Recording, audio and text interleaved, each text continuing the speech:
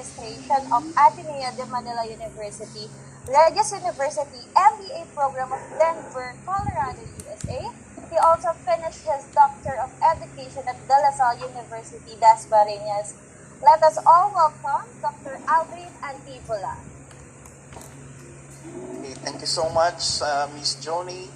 Good afternoon, Dr. Dison, as well as the organizers. And I would love to see my former students like Hero here and I think Gladys.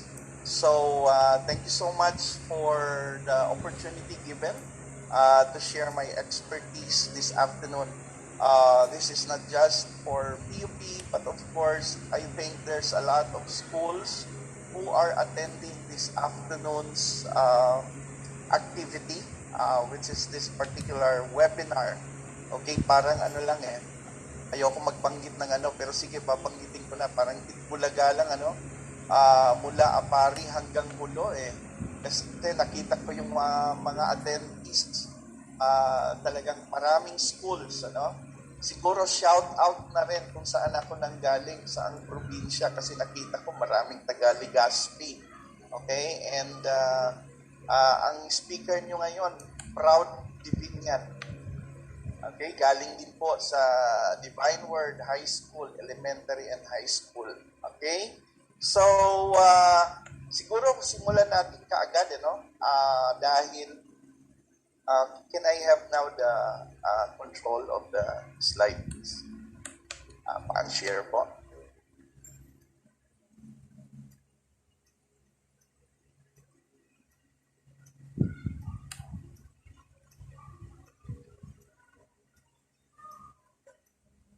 Okay, sige, while I'm trying to have the slide now. So the task that was given to me today, okay, it's all about marketing leadership. Okay, I will not try to have it very theoretical. Now, as a consultant to several companies, as well as to maybe one particular company which I recently helped them, that is what I will try to share para mas mas relevant and makita natin kung ano talaga ang application nito, Okay? Kasi siguro pag ginawa nating masyadong academic yung approach, I think you are doing that one in your respective schools. That's why hindi ko na siya gagawin na ganon ka theoretical. So we will make it very, very practical. Ang ganda nga nung shinare kanina ni Dr. Dison, okay? Yung academics. Yan. This came from the two words na practitioner and academician. Okay? Because as a practitioner, hindi ko talaga iniiwan ang pagtuturo. I have been teaching for more than 25 years in several colleges and universities. Of course, that includes also PUP,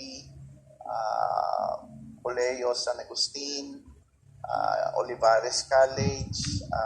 Of course, right now in De La Salle University, Dasmariñas, both in the masteral and doctoral program. Okay? So, yeah. Yeah, I think it's sharing already. Okay?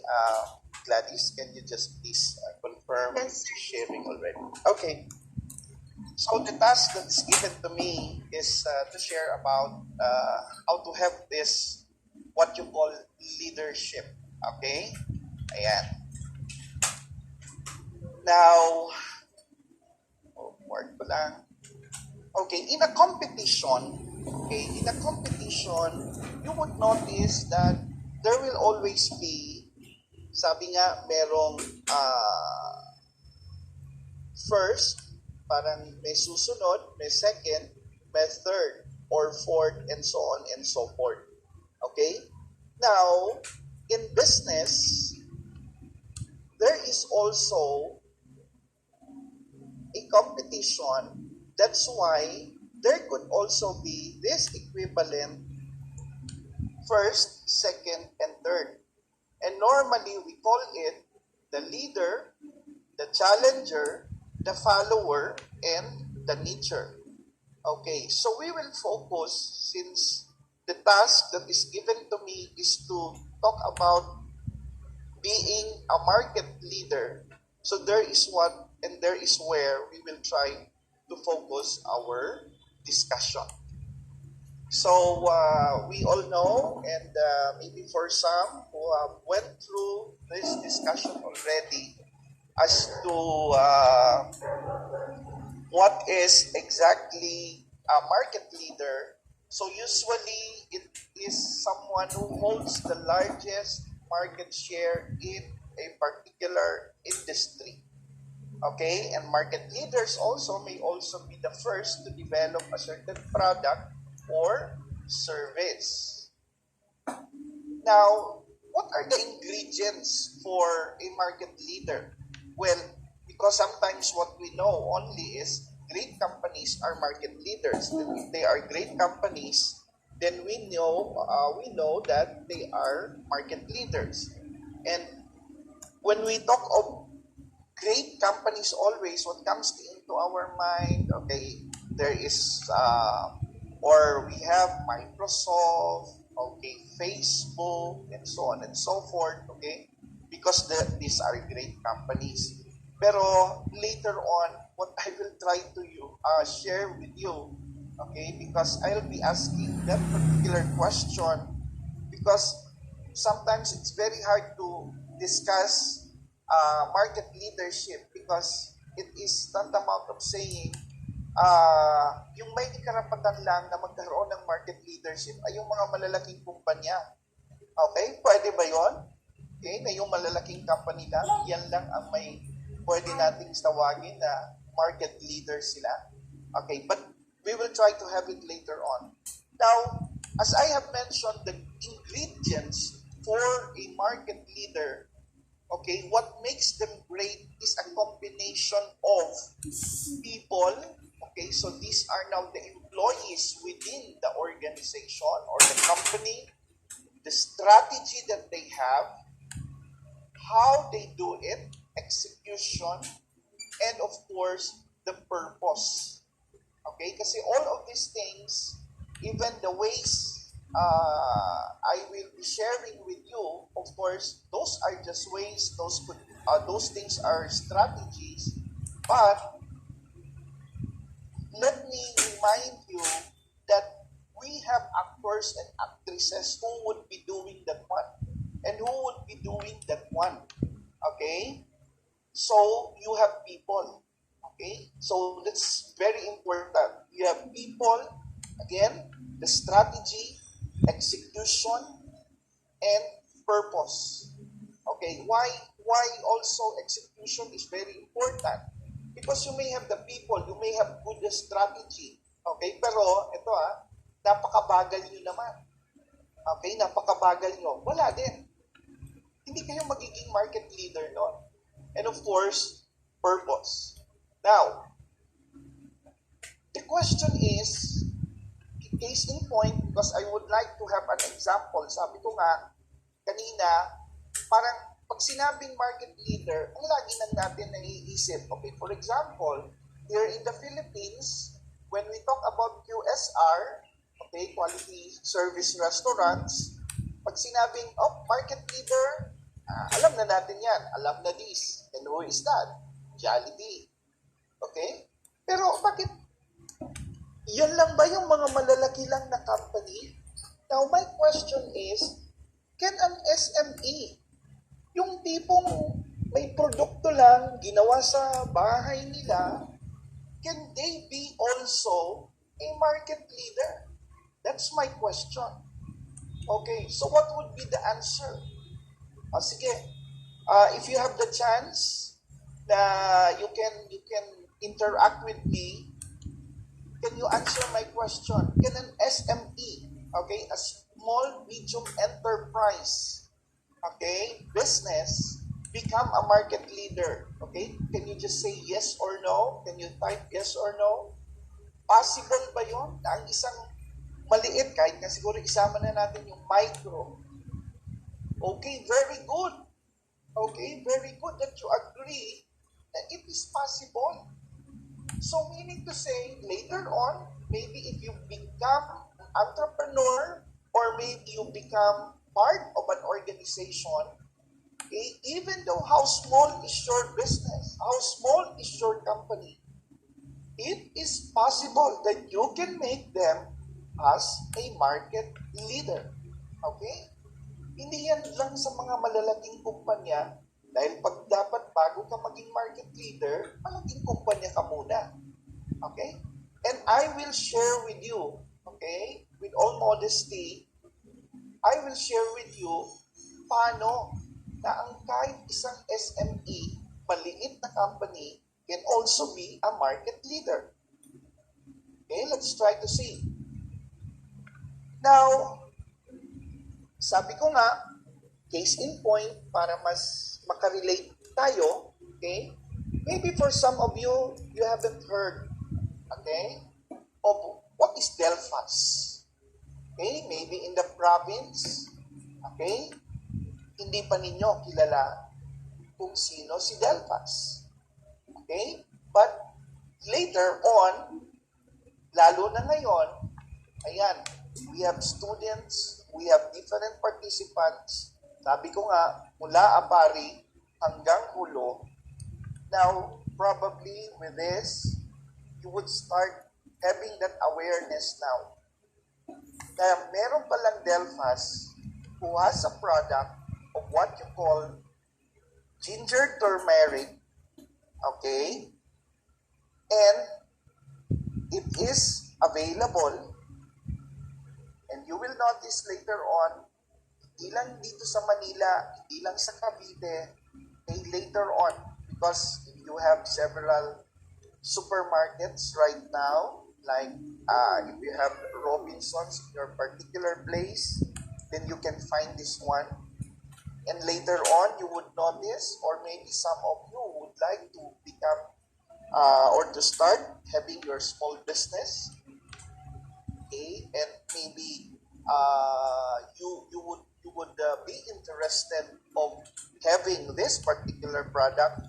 Then malalaman ninyo kung paano. Okay, dito pa lang hindi ko pa sinasama dyan later on. Kasi we thought ang isang produkto na gawa ng Pilipino, okay, dito lang yan, hanggang Pilipinas lang yan, okay, and we cannot really have it somewhere else, okay. Now, this is what I would like to share with you, how a small company, an SME, okay, as a small company with a good product can have this market leadership that we are trying to discuss this afternoon. Okay, please allow me, because pwedeng hindi kayo maniniwala na ginamit lang niya ni Dr. Antibola na no, it's not. Actually, Delphas is one of my clients, okay? And in my Facebook page, yung personal ko, so when I posted this one, kasi every year, that's been a practice of us always, that never in my clients, we don't have what you call either annual business planning or strategic business planning. Pag na sila for strategic business planning, so strategic planning kami, annual business planning lang kami. Okay. Now,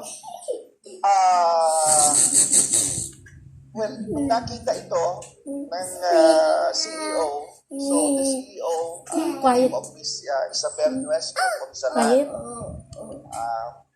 sabi niya, yan, nandyan yung kanya nilagay. Sabi niya, thank you so much, Doc A. Truly God works in magical way by letting us meet and work together.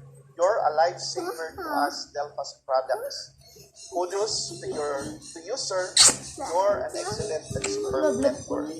And I'll try to walk you through parang why.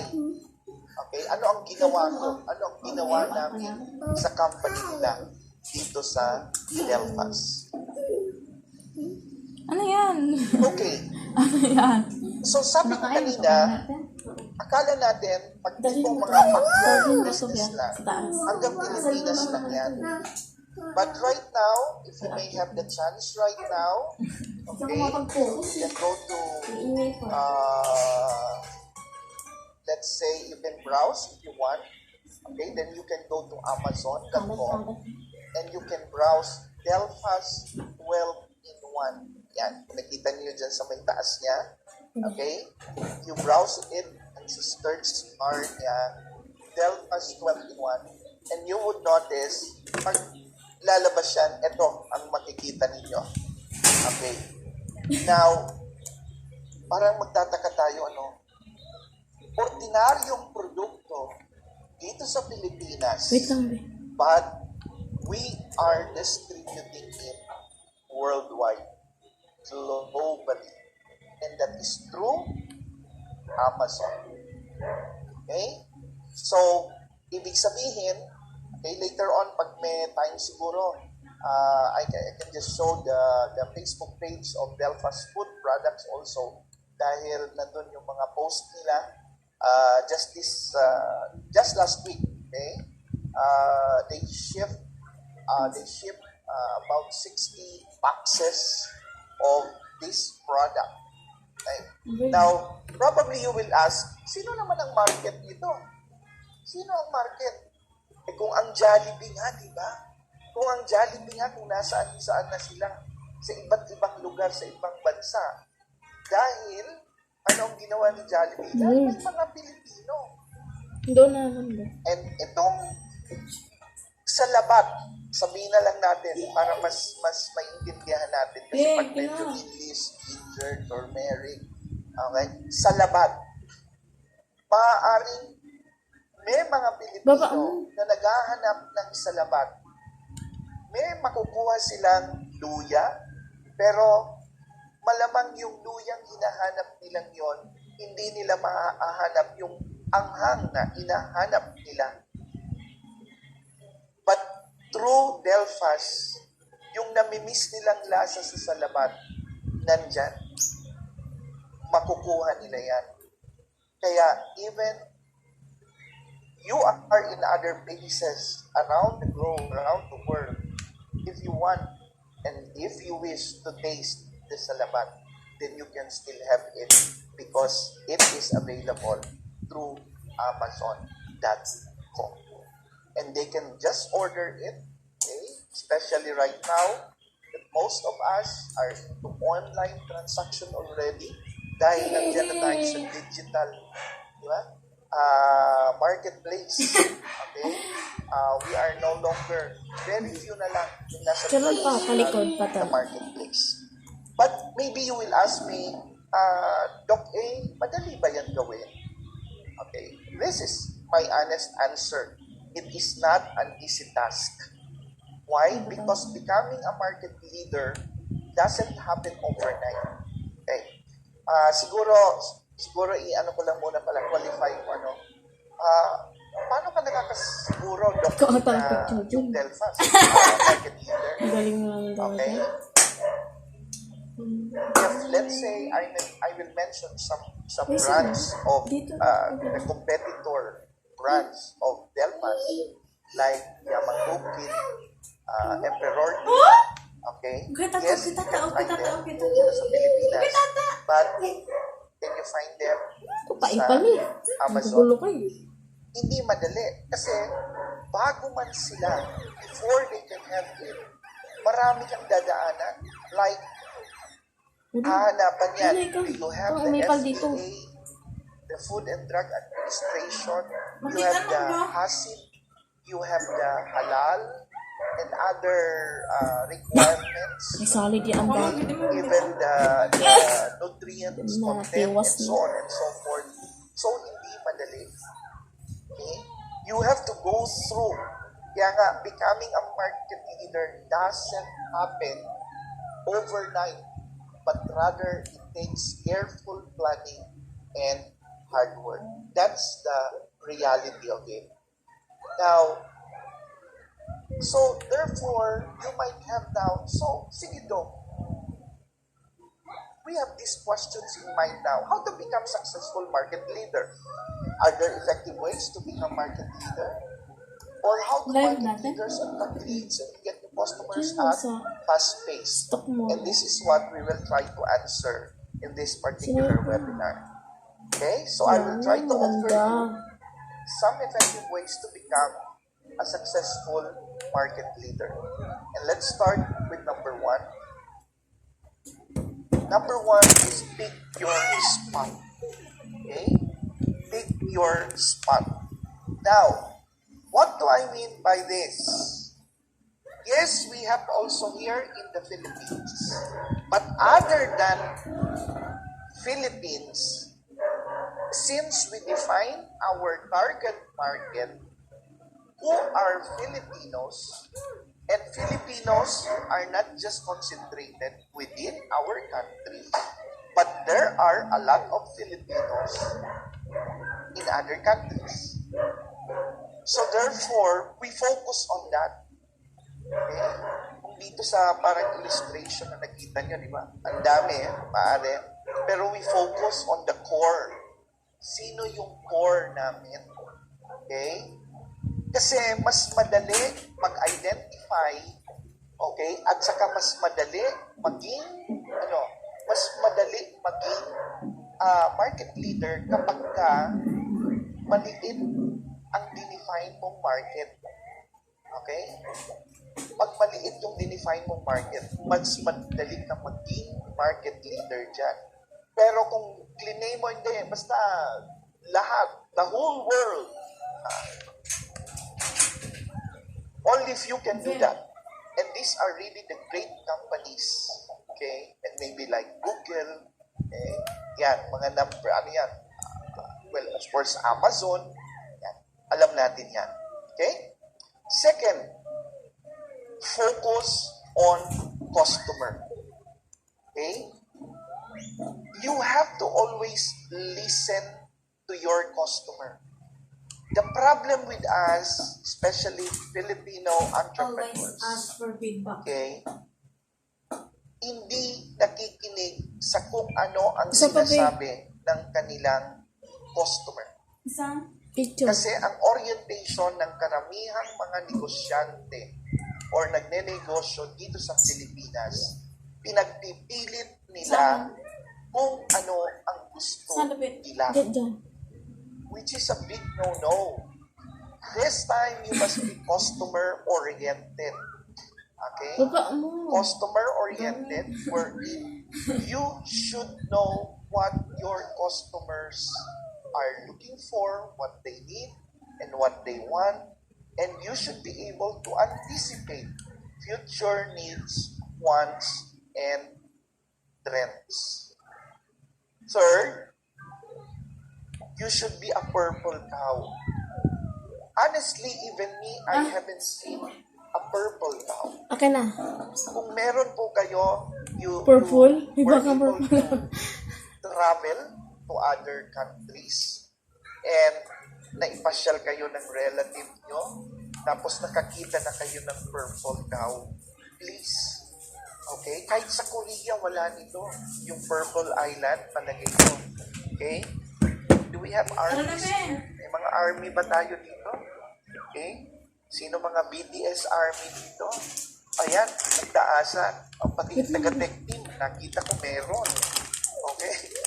Kahit siguro yung mga armies natin, sa iba kasi, ayan, may Purple Heart na sa ano eh. Yan. Diba, ang dali natin makarelate eh. Diba? Oh. So, ewan ko, pati ako kinain na rin ng sistema dahil I have a daughter who is an army. Kunti na lang, magiging army na rin ako. Malapit na talaga, malapit na. Okay? Dahil sumasayaw na ako ng permission to dance. Ito na naman po, susunod na naman. kinakanta ko na yung universe. Okay? Now, what I am saying, kahit dyan na lang, you try to relate this one also to what? Ano ba? Relate this one also to Ben. to the BTS. Okay? Ken! Ibig sabihin, they have the purple cow. And when you say purple cow, tingnan nyo dito, ibig sabihin naiiba ka. Ano yung maiiba? You have the strength. Okay? You have the strength. And what is that strength? Okay? Diba ang strength is considered to be a strength if you are different from the others. Okay? Mamaya titingnan natin, okay, when I discuss with the succeeding, kasi pagsasamahin ko na yung strength at saka yung other concept na i-share ko sa inyo. Okay? So may strength. Dito, sa Delphas, may strength sila. Okay? Kasi, dimbawa, ito ang labanan, di ba? Presyo. Okay? So dati, Delphas ginagamit nila. May kalaban, binabaan yung presyo, tayong Pilipino, very price sensitive. Sige, bili. Doon na siya ngayon sa mas mura. Nung natikman niya yung mas mura, ano ba to? Ano ba ang lasa nito? Hindi ko maintindihan. Bakit ang layo doon sa dati kong iniinom? Alam mo na yon. Ibig sabihin, may quality. Ibig sabihin, may strength yung produkto mo. Ibig sabihin, naiiba ka. Kung naiiba ka, that is what you call, you are a purple cow. Okay? Then, that strength, you try to what? What makes you different, try to leverage them so that you can gain competitive advantage. Fourth, you build value. Okay? And what is this value? Okay? What is this value that I am referring to? Okay? Now, di ba sabi ko nga, may strength, purple cow, si Delphas. Sabihin na natin taste, quality, okay? Tapos lalo na ngayon, this pandemic, okay? But try to remember, I don't know, yung mga nakapagbasa or sinusundan itong isang sales guru, si Mr. Grant Cardone. He states, when value exceeds price, people buy. Okay? Ano yan? When value exceeds price, people buy. Okay? Because it is as simple as that. Basta alam niyo itong principle na to, madali lang yan. Okay, now, I'll try to relate this one with this product, Delphas. Especially now na pandemic. Sorry, ayokong gamitin na tipong na I'm happy pa dahil may nagka-COVID, tapos itong mga nag-COVID nagkaroon ng ano tawag dito, gumastos sila. Okay? Please don't get me wrong, ha? But I'll try to relate this one lang. Okay? In fact, medyo dumadaan pa rin kami because my in-laws, my both father and mother-in-law actually died a few weeks ago. Okay? Both of them because of COVID also. Pero ito yon, okay? Sa halagang 120, maybe isang pouch nito, okay? Kasi maraming nagsasabi, okay, iniinom lang nila kasi substitute na nila ito sa kape. Sa kape, sa Milo, mga ganyan. Or I mean, choco drink, okay?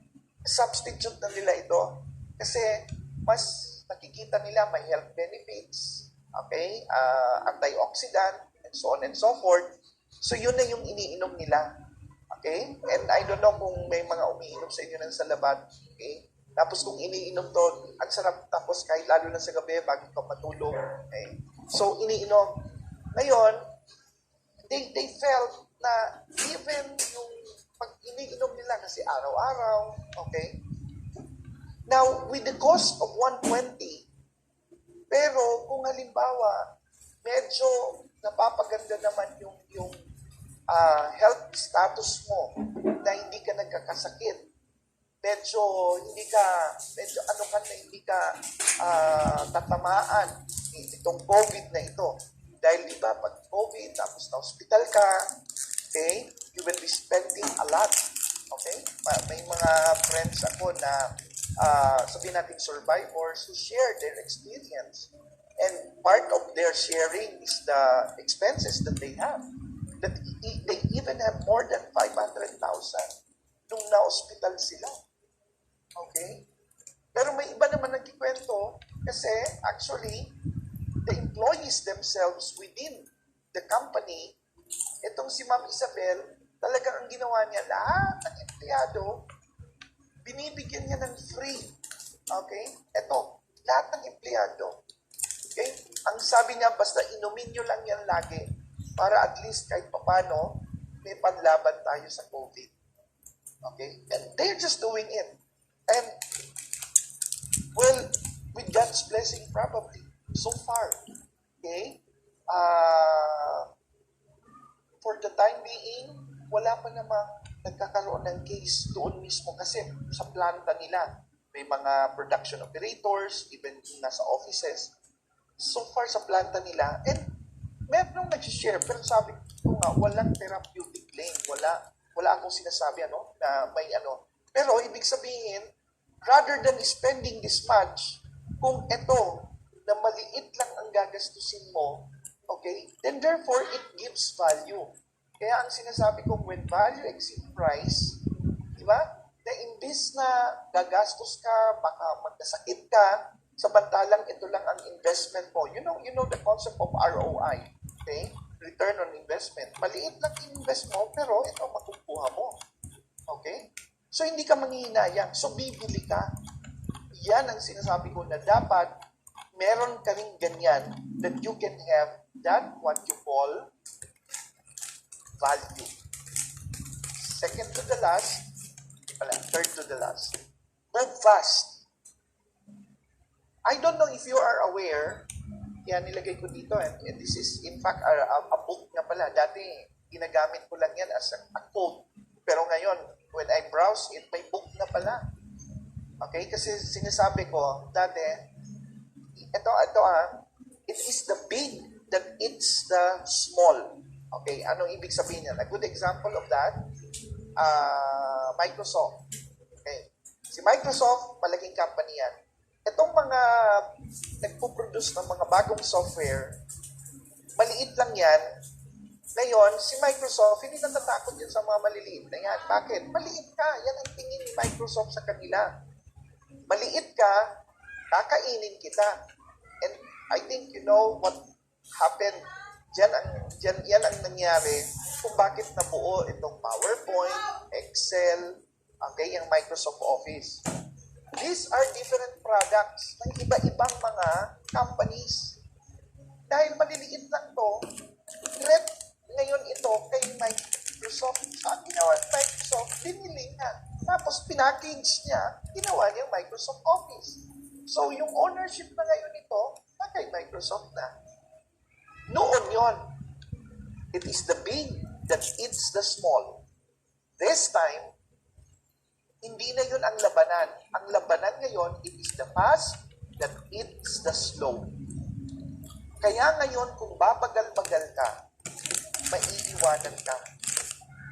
And how much more kung talagang mabagal ka, you can never be a market leader. Okay? So please take note of that.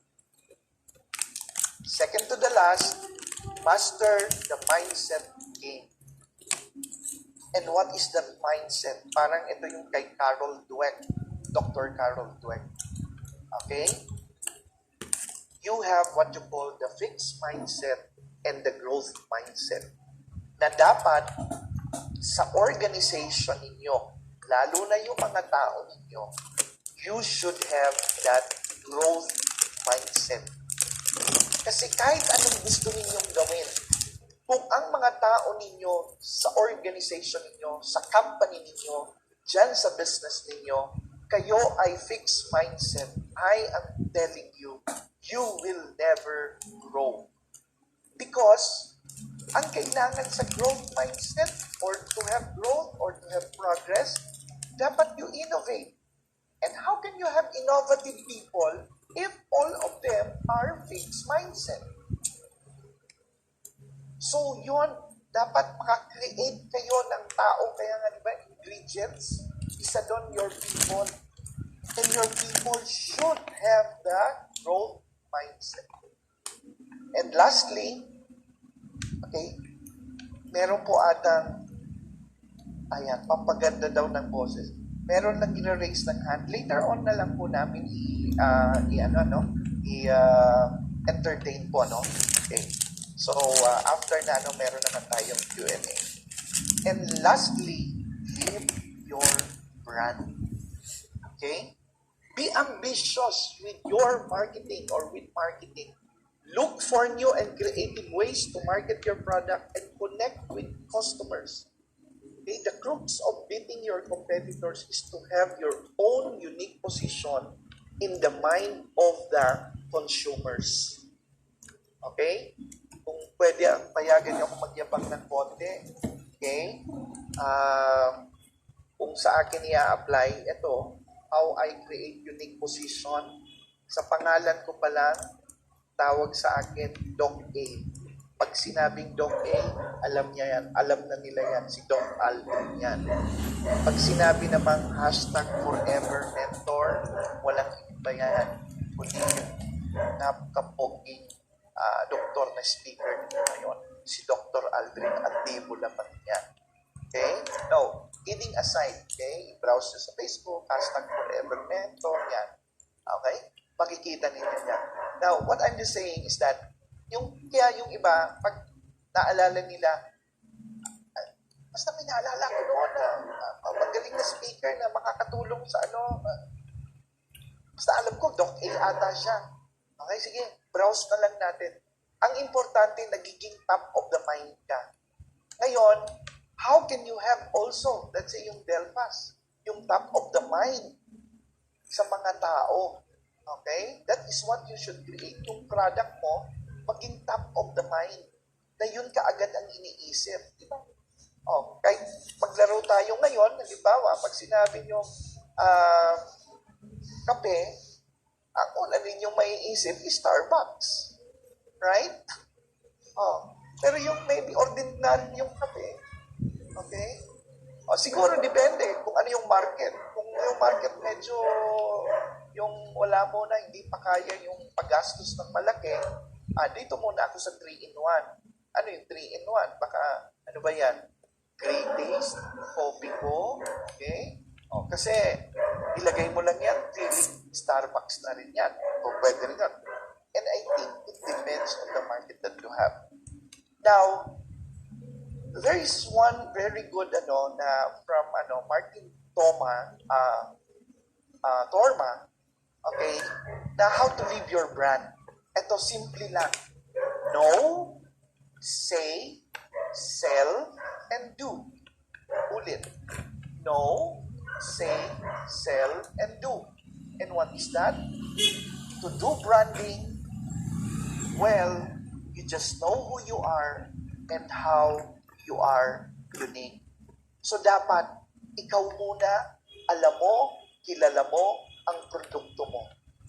At minsan nakakahiya talaga na may nag-i-inquire, okay, so ano po yung produkto ninyo? Ay, sandali po. Actually, ganito na lang po kausapin nyo kasi hindi po alam. Alam na kaagad. Dapat unang-una, lahat ng nandyan sa company. Kaya nga po, itong pangalawa yung say. Dapat alam, sinasabi internally within your company.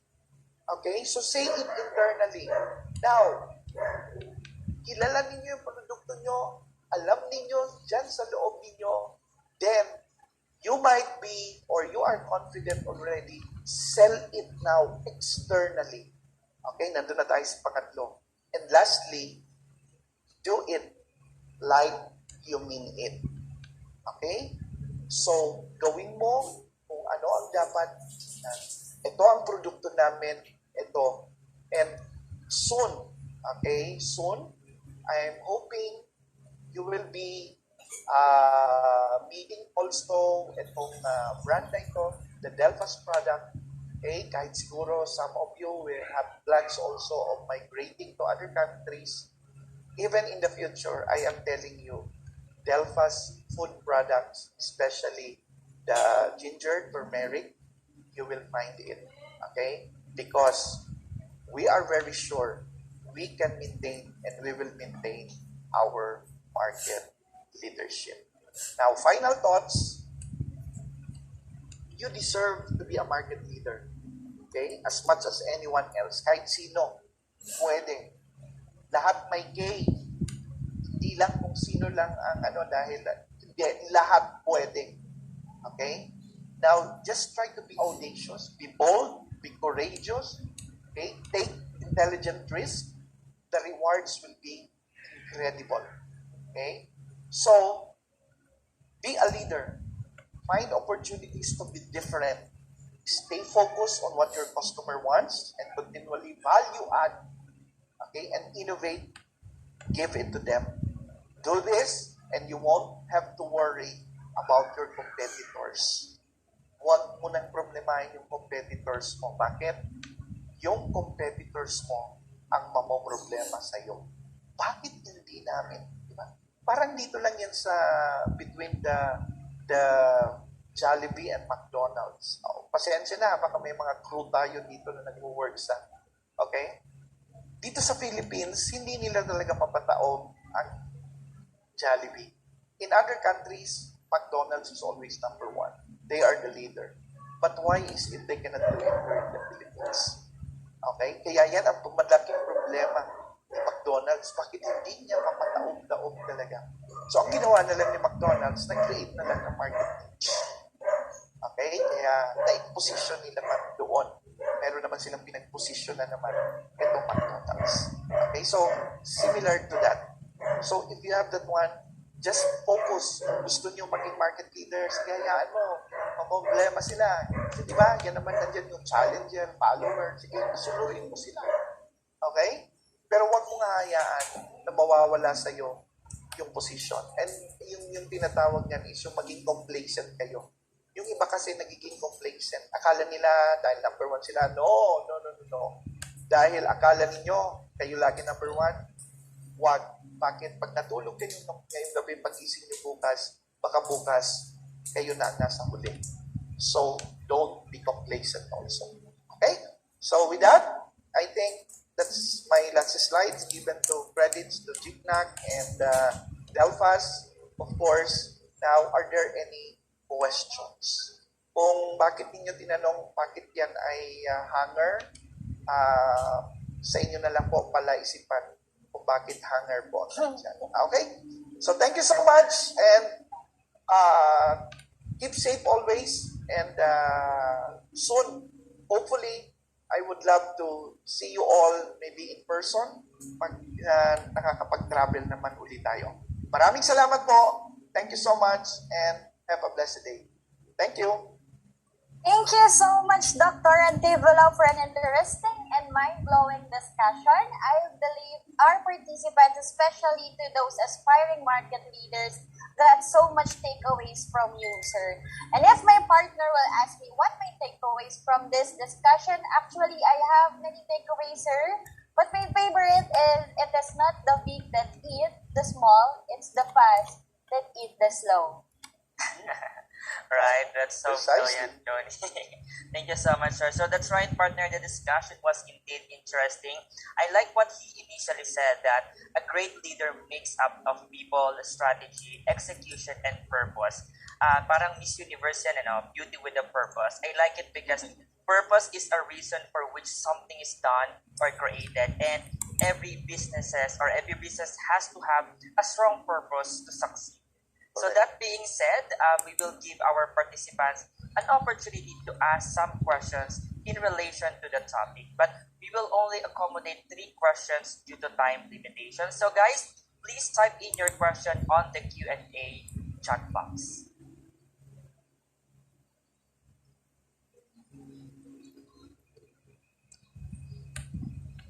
So there's one question here, Do. Yes po. question number one, how can startup businesses be a game changer to challenge the big brands in relation to marketing leadership? Okay. Tayo kasi karamihan, okay, ay, medyo i-generalize. Tayo, Pilipino, pag nagnegosyo, kadalasan sa atin, gaya-gaya. Okay? And kahit saan kayo pumunta, dito lang talaga only in the Philippines. Let me just give you one example. Dito lang sa Pilipinas, yung ilang hakbang mo, sari-sari store na naman. Mamaya, sari-sari store na naman. Kapag kunwari, barbecue sa kanto, okay, pag nakita yung nagtitinda ng barbecue sa kanto, ang daming bumibili, mabenta, okay, ang gagawin ng iba, magsisimula din siya. Anong business niya rin? Ang business niya rin, barbecue pa rin. Pero saan siya? Kung nasa left yung dati nang nagtitinda, dito naman siya sa right. Tapos magbebenta siya, walang pagkakaiba. Okay? Now, for startup business, para kumbaga sa dapat unang-una, maiba ka na kaagad. Huwag yung gaya-gaya. Okay? Kasi pwedeng yung pag naiba ka kaagad. Okay? For example, yung iba would start as it's a niche.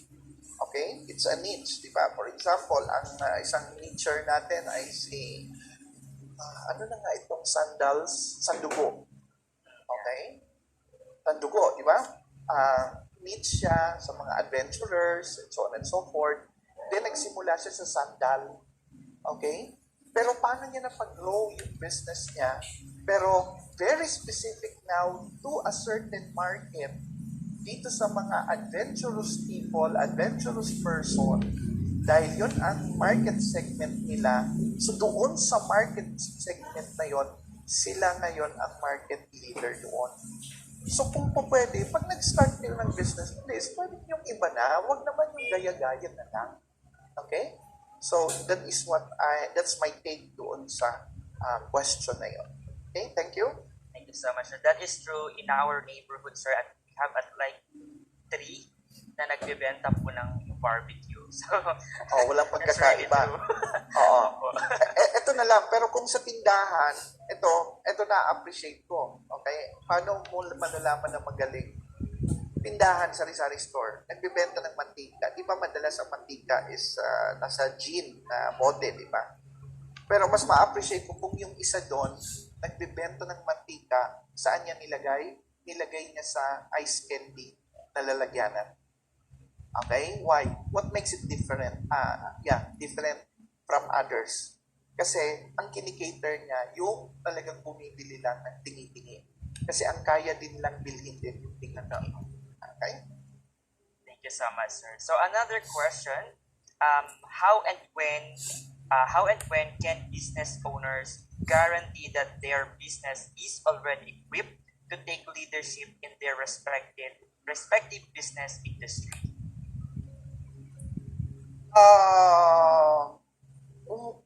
Walang indicators kasi sometimes it happens by accident also. Pero ganito, you really have to do it intentionally. Okay? Sabi ko nga, doon sa ingredients, okay, yung sinabi mo kanina, Jethro, di ba, people. So, you have to prepare. Kasi, halimbawa, sa akin, as a consultant, ang lagi kong ginagawa, okay, apat lang ang focus ko, okay, people, okay, yan ang una, sunod, process, sunod, technology, sunod, culture. Ano ibig sabihin? Pag may problema, inaayos ko muna yung tao. Pag naayos ko na yung tao, may problema pa rin. Ang sunod na may problema dyan, ibig sabihin, process. Okay? So, yun na naman ang aayusin ko. Pag inaayos ko na yung process, may problema pa rin, baka sakaling makatulong ang technology. So, you introduce technology. So, naayos mo na yung tao, process, technology, okay, tapos may problema pa rin, baka itong kultura. And minsan pag kultura na, sa aming mga OD specialist, mga organizational development specialist, madalas ito ang matinding challenge. Kasi pag nakaugat na siya, may problema na siya, mahirap na, sabi nga, di ba, it's very hard to uproot pag nakaugat na siyang masyado. Okay. Now, talagang, unless gusto mo i-overhaul lahat. Okay. Kaya, mas maganda, usually, just like last night, okay, well, if you would like to refer, you can check on my Facebook page kasi may pinost ako doon. Ito naman, I'm posting not to brag, but I'm posting so that others would learn also. Talagang, I met this one, pero ni-refer lang to sa akin, which is, ito, yung CEO ng Delfast, siya din ang nag-refer sa akin ito.